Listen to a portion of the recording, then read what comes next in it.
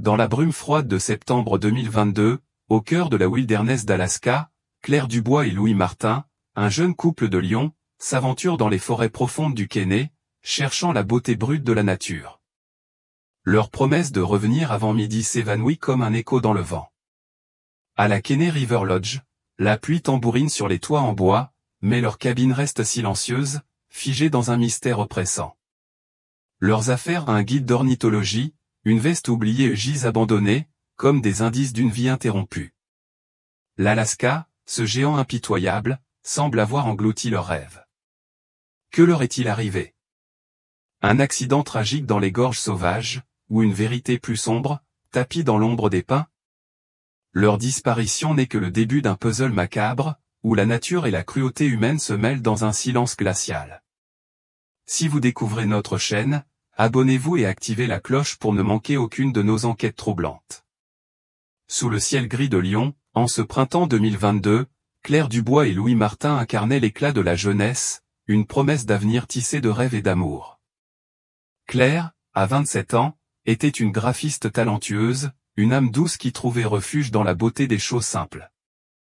Dans son petit appartement du quartier de la Croix-Rousse, elle passait des heures à griffonner des croquis d'oiseaux dans un carnet relié de cuir, ses doigts dansant sur les pages avec une précision presque obsessionnelle.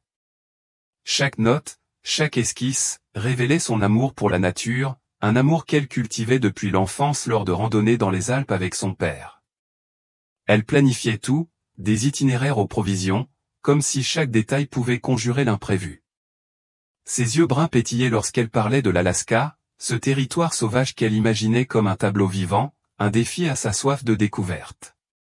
Pourtant, derrière cette minutie, il y avait une fragilité, une hésitation face à l'inconnu, qu'elle masquait sous un sourire confiant. Louis, son compagnon de 28 ans, était son opposé complémentaire. Ingénieur logiciel, il avait l'esprit vif et une énergie débordante, toujours prêt à embrasser l'aventure. Dans leur appartement, il était celui qui riait fort, qui renversait parfois une tasse de café en gesticulant avec enthousiasme. Il essayait son nouveau blouson de randonnée, le zip résonnant dans la pièce tandis qu'il plaisantait sur sa préparation héroïque pour l'Alaska. Claire, on ne va pas juste marcher, on va conquérir ce pays, lançait-il, ses cheveux châtains en bataille et son sourire contagieux illuminant la pièce. Louis était le feu à la prudence de Claire, celui qui la poussait à sortir des sentiers battus, à oser l'inattendu. Ensemble, ils formaient un équilibre parfait, elle, la planificatrice, et lui, l'audacieux. Leur amour était palpable, dans les regards complices échangés au-dessus d'une carte dépliée, dans les éclats de rire qui ponctuaient leurs préparatifs. Dans un café de la place des terreaux, sous les regards bienveillants des passants, ils avaient planifié ce voyage en Alaska, un rêve qu'ils caressaient depuis des mois. Une photographie, prise un an plus tôt lors d'une randonnée dans les Alpes, captura ce moment de bonheur pur, clair, les joues rosies par le vent, blottis sous le bras protecteur de Louis, tous deux rayonnant face à l'objectif.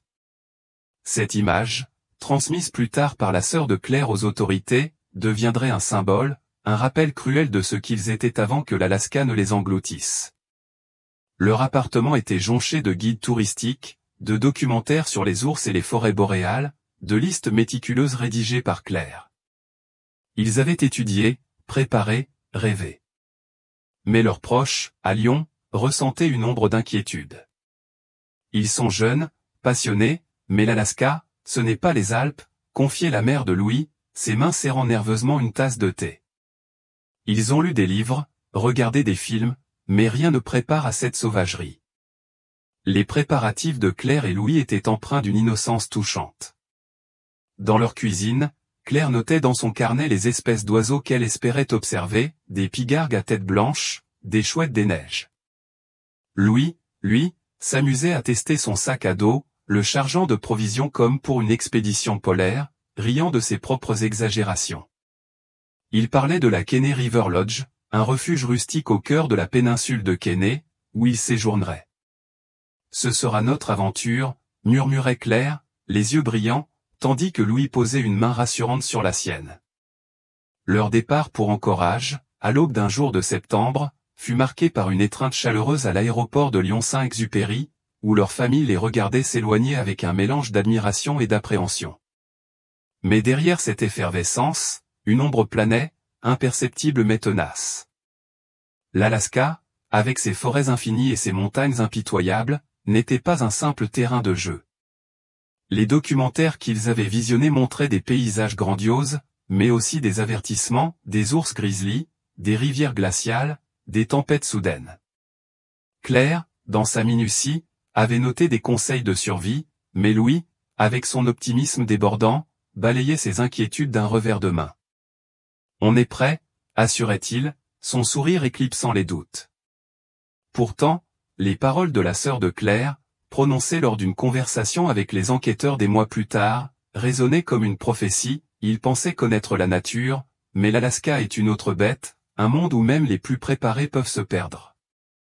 Leur arrivée à Anchorage marqua le début de l'aventure. Ils louèrent une Ford Escape grise, chargèrent leurs sacs et prirent la route vers la péninsule de Kenai, les vitres baissées pour laisser entrer l'air frais. Claire, assise à côté de Louis, feuilletait son carnet, lisant à voix haute des noms d'oiseaux, tandis que Louis fredonnait une vieille chanson française, son regard fixé sur l'horizon. Ils étaient pleins de vie, pleins d'espoir, inconscients du destin qui les attendait.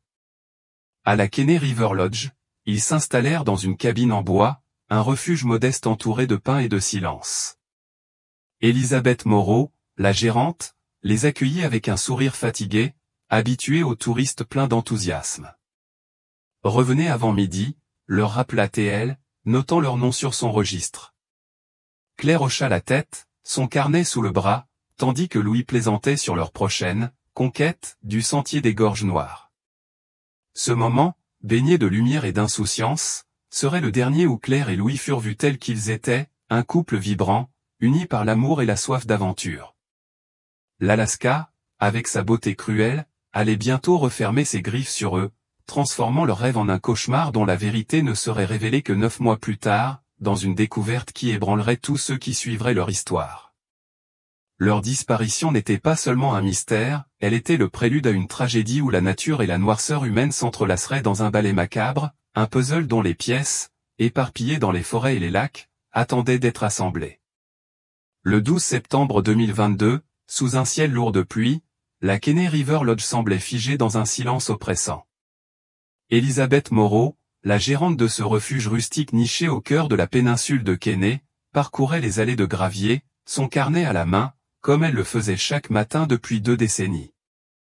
Les gouttes tambourinaient sur son imperméable, et le vent portait l'odeur humide des pins. En approchant de la cabine numéro 7, réservée par Claire Dubois et Louis Martin, elle sentit une pointe d'inquiétude. Les jeunes Lyonnais, pleins d'enthousiasme à leur arrivée, auraient dû rendre les clés avant midi. Pourtant, l'heure tournait, et leur emplacement de parking restait désespérément vide. Elisabeth frappa à la porte en bois massif, d'abord doucement, puis avec plus d'insistance. Pas un bruit, pas un mouvement. Claire ? Louis, appela-t-elle, sa voix se perdant dans le murmure de la forêt. Rien. Un frisson la traversa, non pas à cause de la pluie, mais d'un pressentiment qu'elle connaissait trop bien. En Alaska, une absence n'était jamais anodine. Poussée par l'instinct, Elisabeth tourna la clé passe-partout dans la serrure. La porte s'ouvrit sur une cabine figée dans le temps. À l'intérieur, tout était intact, comme si Claire et Louis allaient revenir d'un instant à l'autre. Sur une petite table près de la fenêtre, un guide ornithologique, oiseau du nord-ouest Pacifique, reposait, ses pages marquées d'un reçu de café d'Anchorage. Une veste légère, celle de Claire, était soigneusement pliée sur le dossier d'une chaise. Dans la salle de bain, 2 brosses à dents trônaient encore dans un verre, et un flacon de shampoing ouvert attendait dans la douche. Contre le mur, 2 valises, l'une bleue, l'autre noire, semblaient prêtes pour un départ qui n'avait jamais eu lieu. Mais Claire et Louis, eux, avaient disparu. Et avec eux, leur Ford Escape grise, louée à l'aéroport d'Anchorage. Elisabeth sentit son cœur se serrer. Ce n'était pas la première fois qu'un client s'attardait lors d'une randonnée, mais laissait toutes ses affaires derrière soi. Cela n'avait aucun sens. Elle tenta de les joindre sur le numéro indiqué dans leur réservation. La sonnerie s'éteignit dans un message vocal froid, répétant en boucle un « laissez un message » qui semblait moqueur. Elisabeth referma la cabine, son esprit oscillant entre agacement et inquiétude. Elle décida d'attendre quelques heures, espérant que le couple réapparaisse, peut-être trempé par la pluie, riant de leur retard. Mais à mesure que l'après-midi s'étirait, l'absence devenait plus pesante, comme une ombre s'épaississant sur la forêt. À 16 heures, elle ne pouvait plus ignorer son instinct. Elle composa le numéro du poste de police de Soldotna, sa voix calme mais ferme lorsqu'elle expliqua la situation à l'opératrice. Claire Dubois et Louis Martin, 27 et 28 ans, n'ont pas rendu leurs clés. Leur voiture a disparu, mais leurs affaires sont toujours là. Ils sont partis depuis plus de 24 heures. À des milliers de kilomètres, à Lyon, l'appel de la police alaskane arriva comme un coup de poignard. Le frère aîné de Louis, Pierre, décrocha, sa voix tremblante alors qu'il écoutait les détails. Ils étaient en vacances, leur premier voyage en Alaska, murmura-t-il, comme pour se convaincre que tout cela n'était qu'un malentendu. La famille se réunit dans un salon étroit de la Pardieu, les rideaux tirés, les visages blêmes sous la lumière tamisée d'une lampe. La mère de Claire, les mains crispées sur un mouchoir, relut le dernier message de Louis, envoyé 3 jours plus tôt, le 9 septembre, nous partons en randonnée sur le sentier des Gorges Noires. C'est incroyable ici. Ces mots, si pleins de vie, semblaient maintenant appartenir à un autre monde.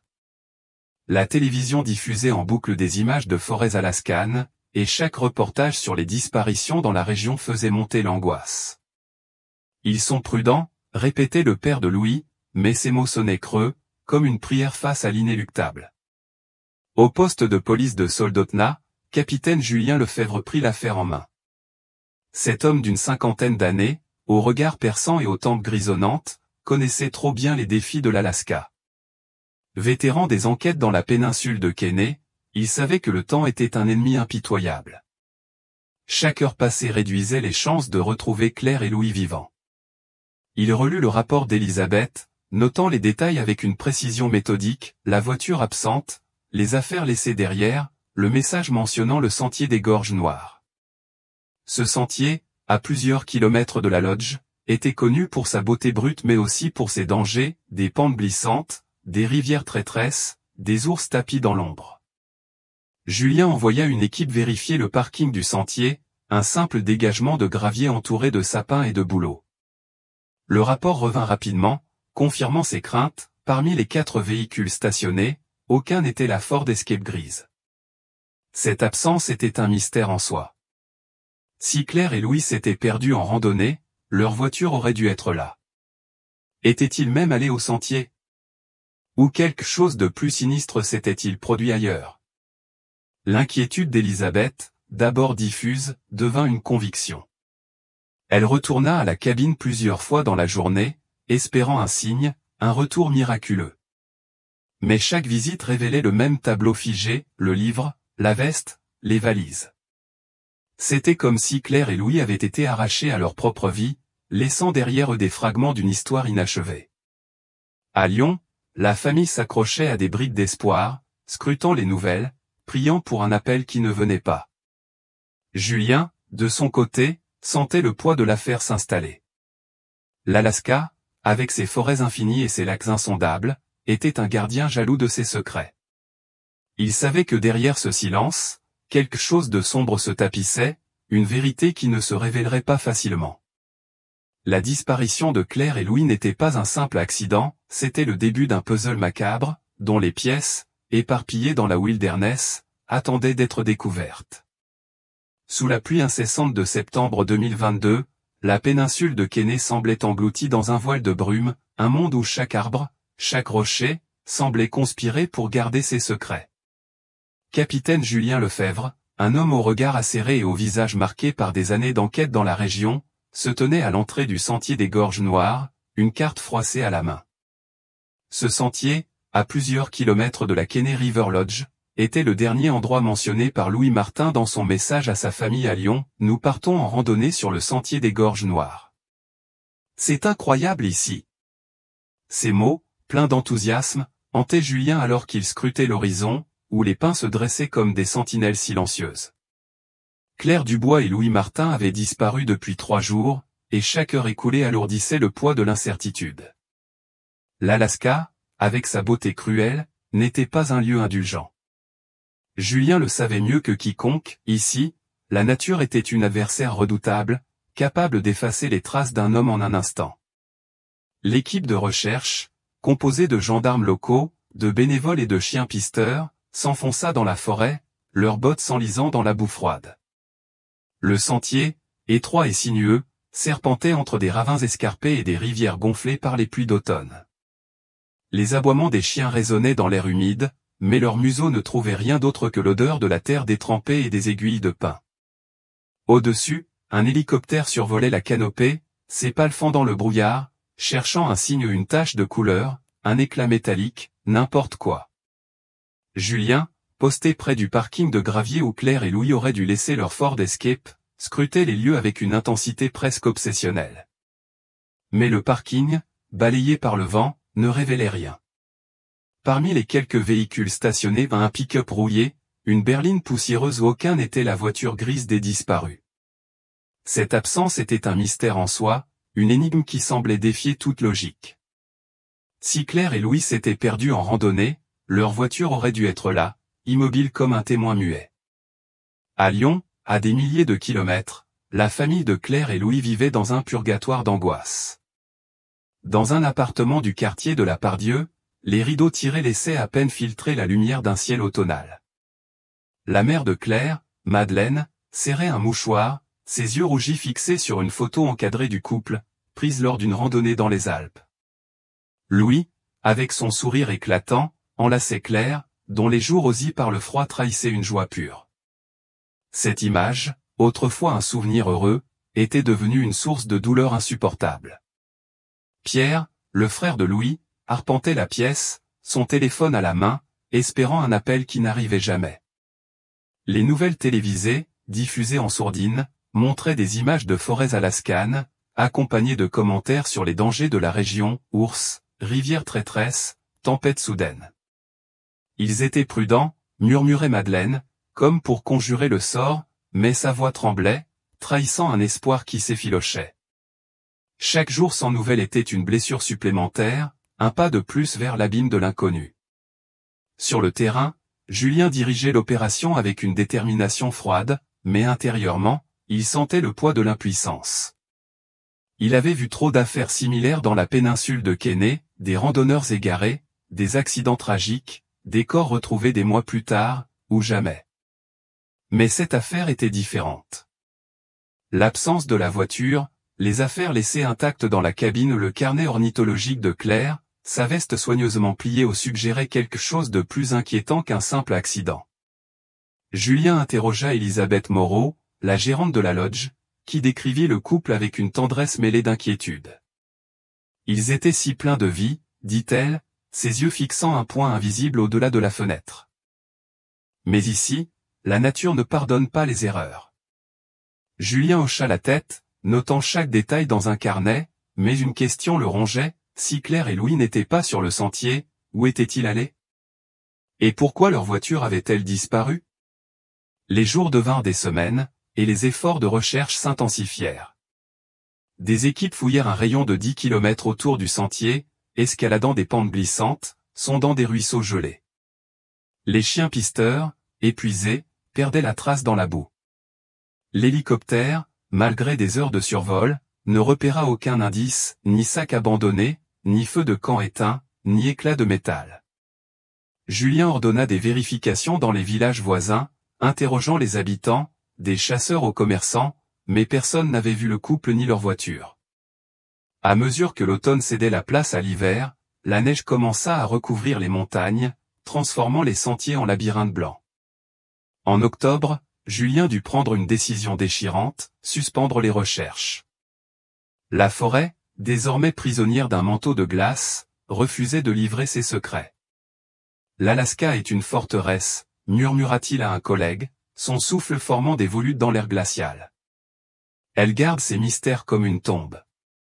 À Lyon, la nouvelle de la suspension des recherches frappa la famille comme un coup de massue. Madeleine s'effondra, ses larmes silencieuses trempant le mouchoir qu'elle serrait depuis des semaines. Pierre, incapable de rester immobile, quitta la pièce, son poing frappant le mur dans un mélange de rage et de désespoir. L'espoir, si fragile soit-il, s'était éteint sous la neige alaskane. Julien, de son côté, ne pouvait se résoudre à classer l'affaire. Il gardait les photos de Claire et Louis sur son bureau, leurs visages souriant le défiant de trouver la vérité. Il savait que l'Alaska, avec ses lacs profonds et ses forêts infinies, cachait quelque chose de plus sombre qu'un simple accident.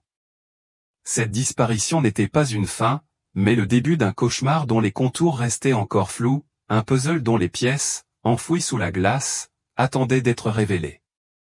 L'été 2023 avait ramené la lumière sur la péninsule de Kenai, mais sous les pins frémissants et les rivières gonflées par la fonte des neiges, une ombre persistait, un secret que l'Alaska gardait jalousement. Le 5 juin, Régis Beaumont, un garde forestier buriné par des années de patrouille dans ces contrées sauvages, suivait un sentier boueux menant au poste de nourrissage pour ours KB 117. C'était une tâche routinière, vérifier les appâts, s'assurer que les conteneurs étaient intacts, noter tout signe d'activité animale. L'air était lourd, chargé de l'odeur humide de la forêt, mais quelque chose d'autre flottait, une puanteur âcre qui fit froncer les sourcils de Régis. Il s'approcha du conteneur vert, un baril de plastique usé, rempli de restes de pâtisserie moisie et de grains de maïs. Des mouches bourdonnaient en essaims frénétiques, leur vrombissement perçant le silence. Régis, habitué aux odeurs de la nature, sentit une alarme instinctive résonner en lui. Ce n'était pas l'odeur de la pourriture ordinaire, mais quelque chose de plus sinistre, de plus humain. Il souleva le couvercle, ses mains gantées glissant sur le plastique froid. À l'intérieur, parmi les miettes collantes et les grains jaunis, une forme incongrue attira son regard. Une chaussure de randonnée, usée mais reconnaissable, émergeait du tas comme un vestige abandonné. Régis retint son souffle, son cœur battant à tout rompre. Il écarta les détritus, ses doigts tremblants révélant l'impensable, un corps humain, recroquevillé dans ce tombeau grotesque. La peau, pâle et figée par le froid des mois d'hiver, portait encore les marques d'une vie brutalement interrompue. C'était Louis Martin, le jeune Lyonnais porté disparu depuis septembre 2022. Ses cheveux châtains, autrefois ébouriffés par le vent des Alpes, étaient collés par l'humidité, et ses yeux, clos à jamais, semblaient figer un dernier instant de terreur. Régis recula, saisi d'horreur, son talkie-walkie glissant presque de ses mains. « Ce n'est pas un appât pour ours, » murmura-t-il, la voix brisée. « C'est Louis. » La nouvelle de cette découverte macabre atteignit capitaine Julien Lefebvre comme une déflagration. Depuis 9 mois, il portait le poids de la disparition de Claire Dubois et Louis Martin, leurs visages souriants hantant son bureau à Soldotna. Chaque jour sans indice avait creusé un sillon de frustration dans son esprit méthodique. Mais ce baril, ce tombeau malade, rempli de pâtisserie et de maïs, transformait l'affaire en quelque chose de bien plus sombre qu'un accident de randonnée.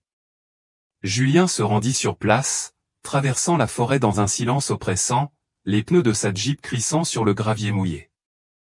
Le site du poste KB 117, isolé à plusieurs kilomètres de toute habitation, était un décor lugubre, des arbres aux branches tordues, un sol gorgé d'eau, et ce conteneur vert, désormais entouré de rubans jaunes de la police. Les mouches continuaient leur danse macabre, indifférentes au chaos qu'elles avaient révélé. Les premiers rapports d'autopsie confirmèrent l'horreur. Louis Martin avait été tué d'un coup violent à la tête, probablement avec un objet contondant, peut-être une crosse de fusil. Le corps, préservé dans un congélateur pendant 8 mois et demi, avait été placé dans le baril peu avant la fonte des neiges, une tentative perverse de masquer le crime sous l'apparence d'un appât pour ours. Julien, penché sur les photos de la scène, sentit une colère froide monter en lui. Ce n'était pas un accident, ni une attaque animale. C'était un meurtre, calculé, méthodique, une trahison de l'humanité elle-même. Mais une question, plus pressante encore, le tourmentait, où était Claire ? Était-elle encore en vie, quelque part dans ces forêts infinies, ou avait-elle subi le même sort funeste ? L'absence de son corps était à la fois un espoir et une torture. Julien griffonna dans son carnet, ses doigts serrant le stylo avec une intensité contenue. « Claire, où es-tu » murmura-t-il, comme si la réponse pouvait émerger des pages noircies. À Lyon, la nouvelle de la découverte de Louis frappa la famille comme une lame. Dans l'appartement de la Pardieu, Madeleine, la mère de Claire, s'effondra sur une chaise, son mouchoir trempé de larmes. Pierre, le frère de Louis, fixait le vide, son visage figé dans une douleur muette.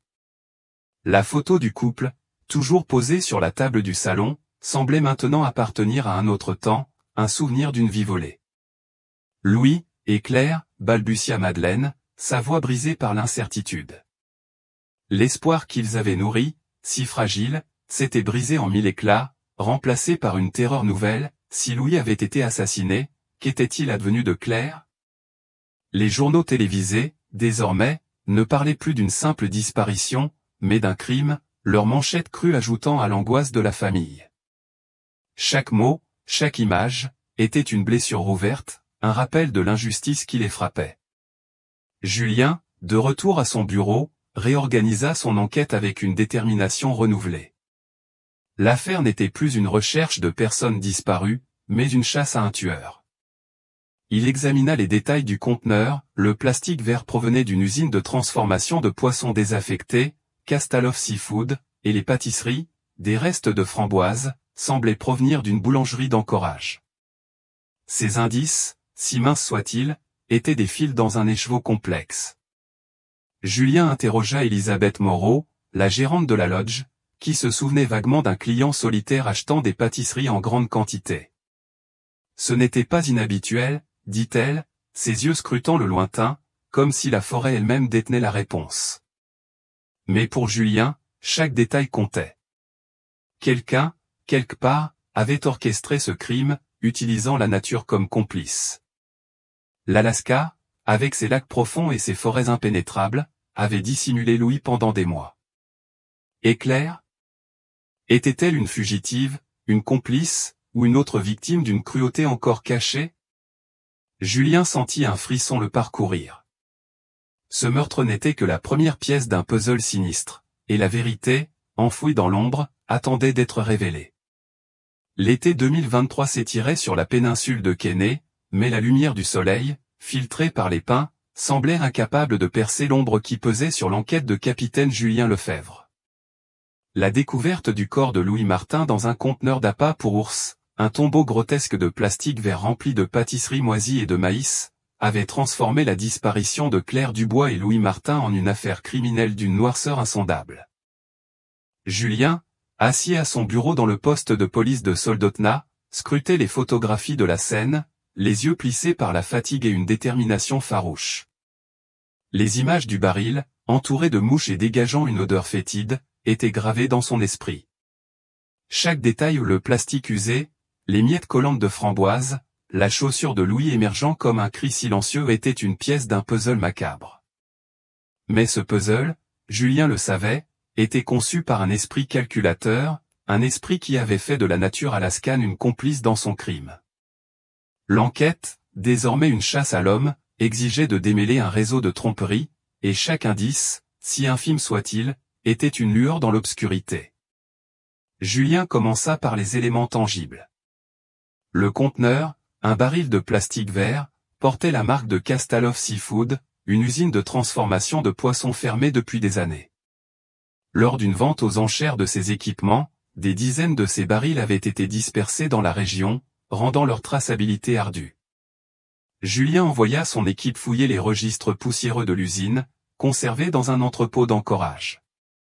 Les documents, jaunis par le temps, révélaient que des chasseurs, des fermiers et même des habitants isolés avaient acheté ces conteneurs pour des usages variés, stockage, appât, ou simple rebut. Mais un nom attira l'attention, Victor Renaud, un chasseur local connu pour son tempérament bourru et ses apparitions rares en ville. Victor, la cinquantaine, vivait dans une cabane à une quinzaine de kilomètres de Soldotna, un homme que les habitants décrivaient comme « plus à l'aise avec les ours qu'avec les gens ». Julien nota son nom dans son carnet, un frisson d'intuition le traversant. Était-ce lui, l'architecte de ce crime? Un autre indice, plus insolite, occupait l'esprit de Julien, les pâtisseries à la framboise trouvées dans le baril. Ces restes moisis, mélangés au maïs, semblaient provenir d'une boulangerie d'Anchorage, la Northern Crust. Julien s'y rendit, traversant les rues animées de la ville, un contraste saisissant avec la solitude de la forêt. La propriétaire, une femme d'âge mûr aux cheveux grisonnants, se souvenait vaguement d'un client régulier achetant des lots de pâtisseries invendus pour nourrir les animaux. Il ne parlait pas beaucoup, dit-elle, fronçant les sourcils. Un homme seul, avec une vieille camionnette. Cette description, bien que vague, renforça les soupçons de Julien envers Victor Renaud. Les chasseurs utilisaient souvent des restes alimentaires pour appâter les ours, et Victor, avec son mode de vie isolé, correspondait au profil. Julien organisa une visite à sa cabane, un lieu rudimentaire entouré de pins, où des peaux d'animaux séchaient sur des cordes. Victor, les yeux méfiants sous un bonnet taché, répondit aux questions avec des phrases laconiques. Oui, il possédait des barils de Kastaloff. Oui, il achetait parfois des pâtisseries. Mais non, il n'avait jamais vu Claire ni Louis. Son alibi, flou, reposait sur des journées passées seul dans la forêt. Julien quitta la cabane sans preuve concrète, mais avec une conviction croissante, Victor était un suspect parfait. Trop parfait, peut-être. À Lyon, l'attente devenait insoutenable pour la famille de Claire et Louis. Madeleine, la mère de Claire, passait ses journées à fixer le téléphone, espérant un appel qui apporterait des réponses. Pierre, le frère de Louis, s'était muré dans le silence, ses poings serrés trahissant une rage contenue.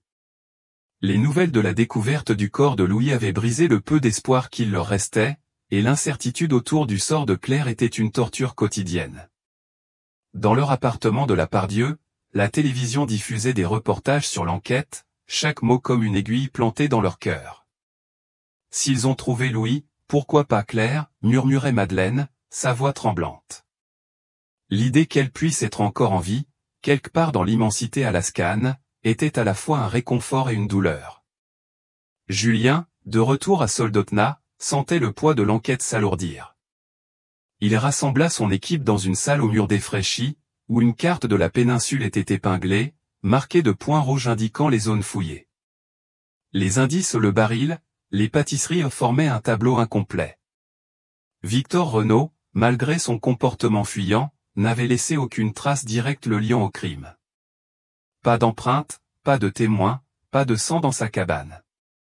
Julien, habitué aux enquêtes complexes, savait que la perfection d'un suspect était souvent une illusion, une tromperie savamment orchestrée. Celui qui a fait ça, dit-il à son adjoint, son regard fixé sur la carte, n'a pas seulement tué. Il a manipulé la nature pour cacher son crime. Il a fait de l'Alaska son complice. Cette pensée le hantait. Le tueur, quel qu'il soit, connaissait la région, ses recoins, ses silences. Il avait transformé un acte de violence en un secret enfoui sous les arbres et les lacs. Les semaines passèrent, et l'enquête piétinait. Julien interrogea d'autres chasseurs, vérifia les registres de vente de Kastaloff Seafood, fouilla les archives de la boulangerie. Mais chaque piste semblait se dissoudre dans la brume de la péninsule, comme si l'Alaska elle-même se moquait de leurs efforts. Victor restait le principal suspect, mais sans preuve solide, Julien ne pouvait l'arrêter. Une question obsédante le poursuivait, si Victor n'était pas le coupable, qui était-ce? Et Claire, était-elle encore en vie, prisonnière quelque part, ou son destin était-il scellé dans un autre coin de cette wilderness impitoyable? Chaque nuit, Julien rentrait chez lui, les photos de Claire et Louis posées sur son bureau, leur visage le défiant de trouver la vérité. L'enquête, engluée dans un labyrinthe de fausses pistes, n'était qu'à l'aube d'une révélation plus terrible encore, une vérité que la forêt gardait jalousement, attendant le moment de se dévoiler. L'été 2023, sous un ciel d'azur où le soleil perçait à peine les nuages épars, le lac Tustumena scintillait comme un miroir d'étain, ses eaux calmes dissimulant des vérités enfouies. Le 10 juillet, deux frères, Paul et Étienne, des pêcheurs amateurs venus de Soldotna, lançaient leur ligne depuis la rive, plaisantant sur les truites qu'ils espéraient ramener. L'air était frais, chargé de l'odeur des pins et de l'humidité des berges. Paul, ajustant son hameçon, remarqua une ombre étrange sous la surface, à une quinzaine de mètres du bord. Il plissa les yeux, pensant d'abord à un rocher ou à un tronc immergé. Mais lorsque le soleil frappa l'eau à l'angle parfait, un éclat métallique jaillit, révélant la forme d'un véhicule englouti. Étienne, sceptique, attrapa des jumelles. « C'est une voiture », murmura-t-il, la voix teintée d'incrédulité. Ce qu'il venait de découvrir allait bouleverser l'enquête sur la disparition de Claire Dubois et Louis Martin, un puzzle macabre qui s'était figé dans l'ombre de l'Alaska depuis 9 mois. Les autorités furent alertées, et une équipe de plongeurs fut dépêchée sur les lieux. Sous le regard anxieux de Paul et Étienne, les hommes en combinaison noire s'enfoncèrent dans les eaux troubles du lac. La surface, agitée par leurs mouvements, semblait réticente à livrer son secret. Après des heures d'efforts, un câble d'acier s'enroula autour d'un objet massif, et lentement, comme une créature remontant des abysses, une Ford Escape grise émergea, couverte de vases et de filaments d'algues vertes. L'eau ruisselait sur la carrosserie, révélant les contours d'une voiture qui n'avait pas bougé depuis l'automne précédent. Julien Lefebvre, arrivé sur place, sentit son pouce accélérer. Cette Ford Escape était celle louée par Claire et Louis à leur arrivée à Anchorage. Ce n'était pas seulement un véhicule retrouvé, c'était une accusation muette, un cri surgit des profondeurs du lac Tustumena. L'examen de la voiture confirma son identité. À l'intérieur, des effets personnels trempés, un sac à dos déchiré, une carte routière gondolée racontait l'histoire d'un voyage interrompu. Mais le véritable trésor se trouvait dans l'unité GPS, miraculeusement intacte. Julien, penché sur les données extraites par un technicien, découvrit un itinéraire qui contredisait tout ce qu'il croyait savoir. Le dernier trajet de Claire et Louis ne les avait pas conduits au sentier des Gorges Noires, comme l'indiquait le message de Louis. Au lieu de cela, la voiture s'était arrêtée à une quinzaine de kilomètres de là, sur une parcelle isolée appartenant à un certain Antoine Lemoine. Ce nom, inconnu jusqu'alors, fit naître un frisson chez Julien. Le lac, avec son silence glacé, avait livré une pièce maîtresse du puzzle, mais cette découverte ouvrait une nouvelle porte vers l'inconnu, une porte menant à un homme dont la vie semblait tissée de solitude et de secrets. Si vous êtes toujours avec nous à ce stade, laissez un « ici » ou dites simplement « toujours là » dans les commentaires, nous les lisons tous. Antoine Lemoine, âgé de 68 ans, était une figure presque mythique dans la région de Quesnay. Cet homme vivait reclus dans une cabane en bois à l'orée d'une clairière, entouré de pins et de panneaux, propriété privée, clouée aux arbres. Les habitants de Soldotna le décrivaient comme un spectre, un homme qui apparaissait rarement en ville, toujours seul, sa camionnette cabossée chargée de provisions. Les archives de Castalov Seafood, l'usine de poissons désaffectés, révélèrent qu'Antoine avait acheté plusieurs barils de plastique vert lors d'une vente aux enchères, des barils identiques à celui qui avait servi de tombeau à Louis. Ce lien, bien que ténu, était une étincelle dans l'esprit de Julien. Il consulta les registres locaux, découvrant un passé tragique. Antoine avait perdu sa femme et son fils dans un accident de voiture 15 ans plus tôt, un drame qui l'avait poussé à se retirer du monde. Depuis, il vivait en marge, fuyant les regards, cultivant une méfiance presque maladive envers les étrangers. Antoine Lemoine ne vit pas seulement à l'écart, murmura Julien à son adjoint, les yeux fixés sur une vieille photo d'Antoine, un homme au visage creusé par le chagrin. Il a construit un univers où la tromperie est une règle de survie. À Lyon, la nouvelle de la découverte de la voiture raviva l'angoisse de la famille de Claire et Louis. Madeleine, la mère de Claire, s'accrochait à l'espoir que sa fille était encore en vie, mais chaque détail, la vase, les algues, l'absence de Claire était une nouvelle blessure. Pierre, le frère de Louis, arpentait leur appartement de la Pardieu, son regard hanté par des images de l'Alaska qu'il ne connaissait qu'à travers les journaux télévisés. S'ils ont trouvé la voiture, pourquoi pas Claire, demanda-t-il, sa voix tremblante de colère et de désespoir. La famille, suspendue entre espoir et terreur, vivait dans un purgatoire où chaque nouvelle piste était une lame à double tranchant. Julien, de retour à Soldotna, sentit l'enquête prendre un tournant décisif. La voiture, avec ses données GPS, avait redessiné la carte du mystère. Le sentier des Gorges Noires, longtemps au centre des recherches, n'était qu'un leurre. Claire et Louis s'étaient rendus sur les terres d'Antoine Lemoine, un lieu isolé où personne n'allait sans raison. Julien organisa une surveillance discrète de la cabane d'Antoine, notant chaque détail, la cheminée fumante, les outils rouillés empilés près de l'entrée, l'absence de tout signe de vie extérieure. Antoine, avec son passé de douleur et son lien avec les barils, devenait un suspect aussi énigmatique que menaçant. Mais Julien, prudent, savait que les apparences pouvaient être trompeuses. Était-ce Antoine qui avait orchestré ce crime, utilisant le lac comme un complice muet? Ou une autre vérité, plus sombre encore, attendait-elle dans l'ombre? L'enquête, désormais à un carrefour, s'apprêtait à plonger dans l'abîme de la psyché d'un homme brisé, où la tromperie et la solitude se mêlaient pour former un piège mortel. L'été 2023 s'achevait sur la péninsule de Quesnay, mais la lumière déclinante d'où ne parvenait pas à dissiper l'ombre pesante qui enveloppait l'enquête de capitaine Julien Lefebvre. La découverte de la Ford Escape de Claire Dubois et Louis Martin au fond du lac Tustumena avait redessiné les contours du mystère, pointant un doigt accusateur vers Antoine Lemoine, un homme reclus vivant à l'écart du monde. Le 15 août, sous un ciel lourd de nuages, Julien mena une équipe de gendarmes vers la cabane d'Antoine, nichée dans une clairière isolée, à une quinzaine de kilomètres de Soldotna. Les panneaux, propriété privée, cloués aux arbres, rouillés par les intempéries, semblaient moins une mise en garde qu'un défi. La cheminée crachait une fumée paresseuse, et l'air portait une odeur de bois brûlé et de solitude. Julien, le cœur battant, frappa à la porte en bois brut. Pas de réponse. Il fit signe à son équipe, et ils entrèrent, armes au poing, dans un silence oppressant.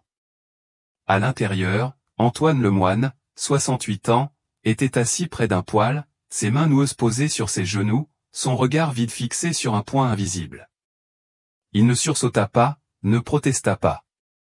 Son visage, creusé par les années et le chagrin, semblait attendre ce moment depuis longtemps.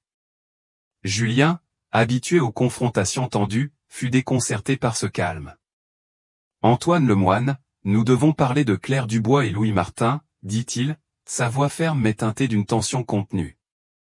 Antoine releva lentement les yeux, ses prunelles grises reflétant une résignation froide. Il ne nia rien.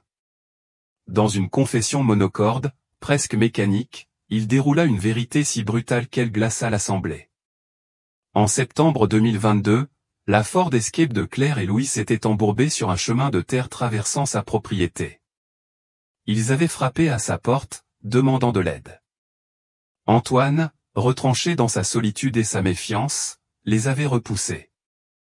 Louis, frustré par ce refus, avait haussé le ton, s'avançant vers lui. Dans un éclat de panique, ou peut-être de rage, Antoine avait saisi son vieux fusil de chasse et frappé Louis à la tête avec la crosse.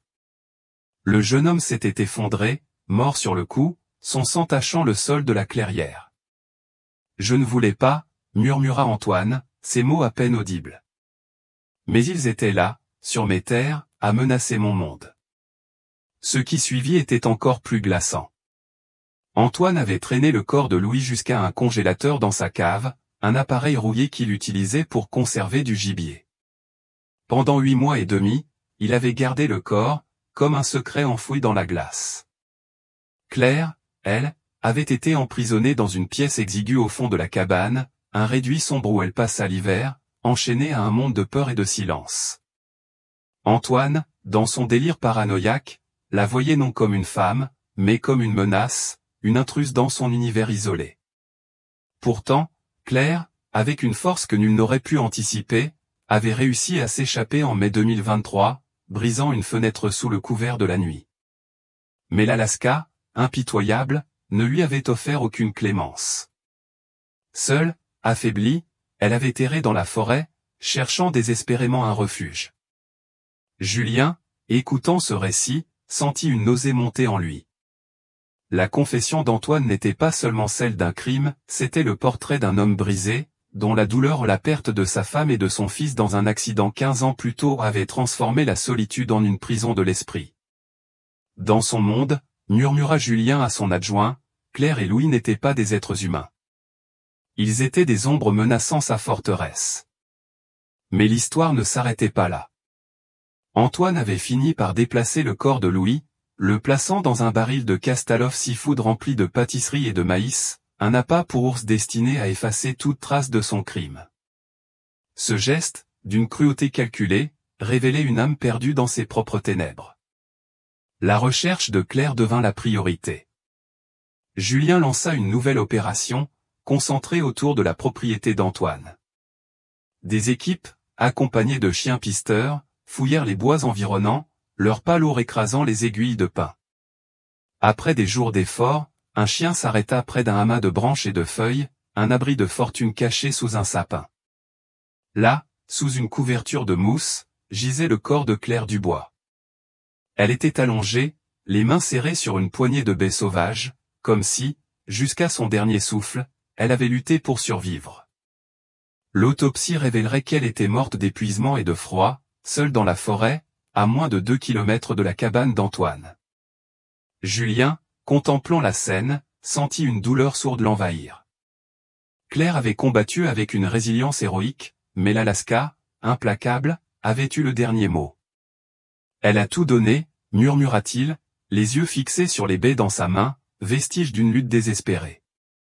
À Lyon, la nouvelle de la découverte de Claire brisa ce qui restait du cœur de la famille. Madeleine, la mère de Claire, s'effondra, ses sanglots résonnant dans l'appartement de la Pardieu. Pierre, le frère de Louis, fixait la photo du couple, ses poings serrés, incapable de trouver les mots pour exprimer sa douleur. La vérité, si longtemps cachée, était enfin révélée, mais elle n'apportait aucun réconfort, seulement une blessure plus profonde. Julien, de retour à Soldotna, rédigea son rapport avec une précision froide, mais intérieurement, il était hanté. Antoine, menotté, n'était plus qu'une coquille vide, un homme détruit par sa propre paranoïa. Mais Claire et Louis, avec leur courage et leur amour, laissaient derrière eux une histoire de tragédie et de résilience, un cri silencieux contre l'injustice d'un monde où la solitude pouvait engendrer une telle cruauté.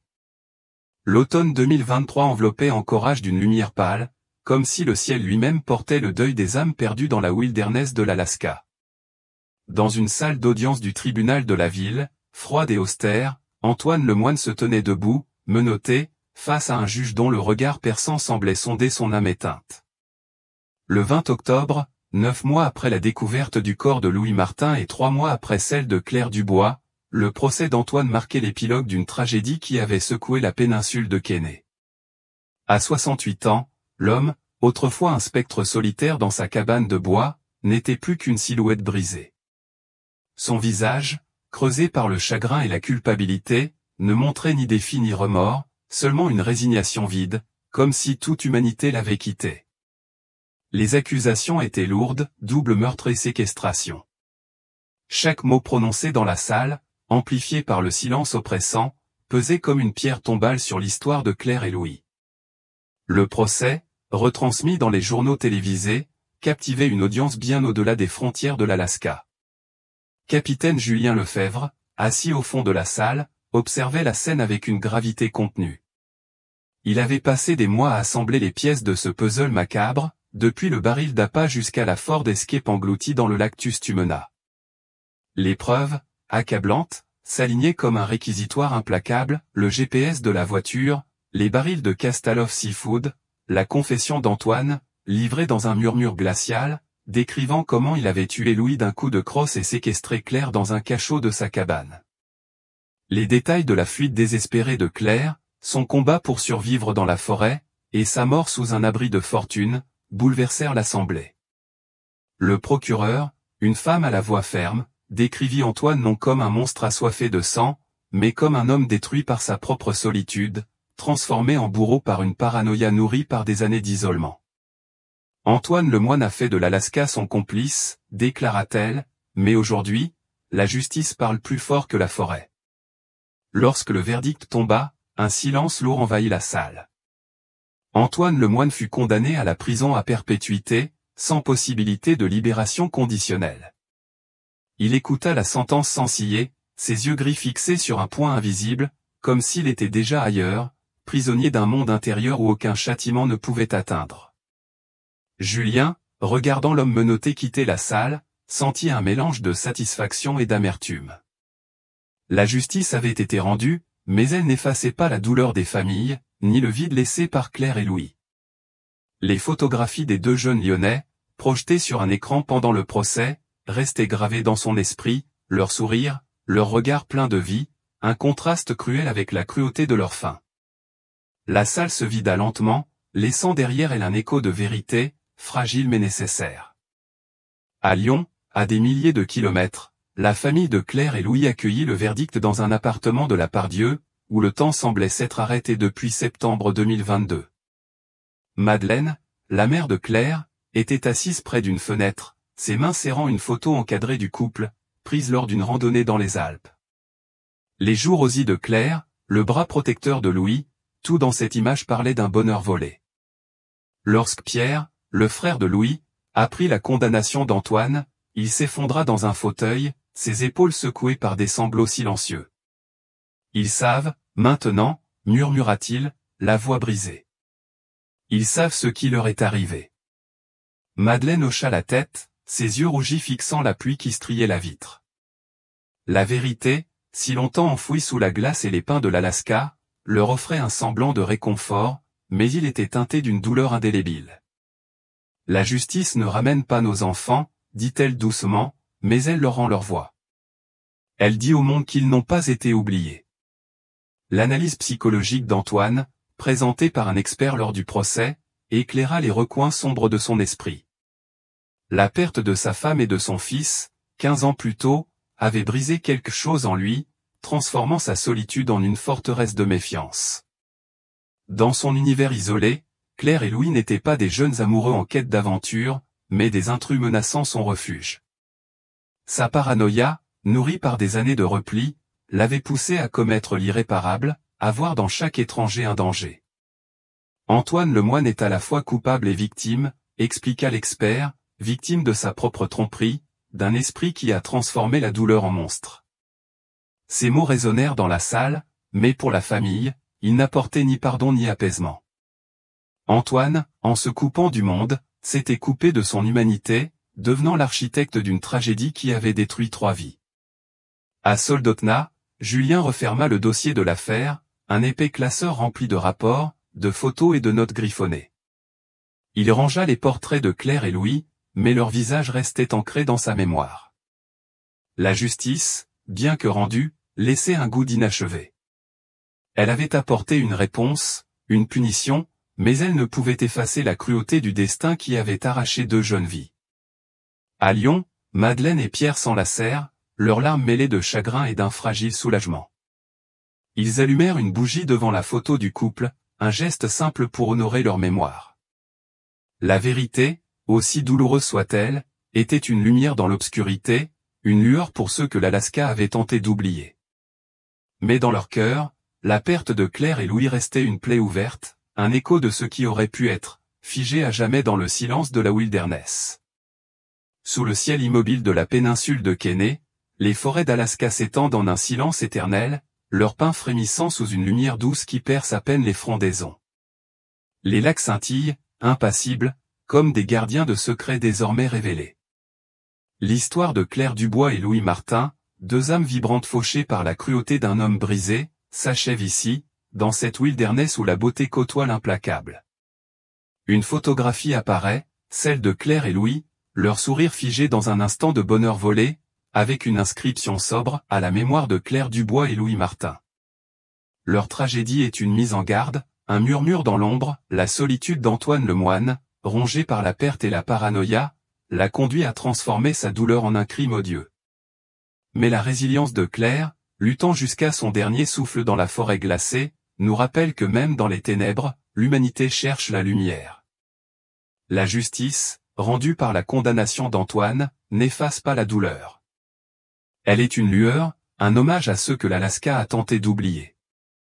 Elle nous enseigne que la vérité, aussi douloureuse soit-elle, est un rempart contre l'oubli.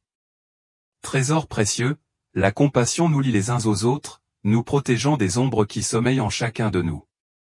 À Lyon, la famille de Claire et Louis pleure, mais leur mémoire perdure, un appel à chérir l'amour et à se méfier des pièges de l'isolement. Si cette histoire vous a touché, partagez-la pour honorer Claire et Louis. Abonnez-vous à notre chaîne YouTube et activez la cloche pour ne manquer aucune de nos enquêtes, où la vérité affronte l'obscurité. Réfléchissez à la justice, à la compassion, dans un monde où la tromperie guette toujours. Si vous pensez que ces histoires méritent de l'attention, pas de la pitié, de la sensibilisation, pas de l'exploitation, alors aidez-nous à les raconter avec dignité.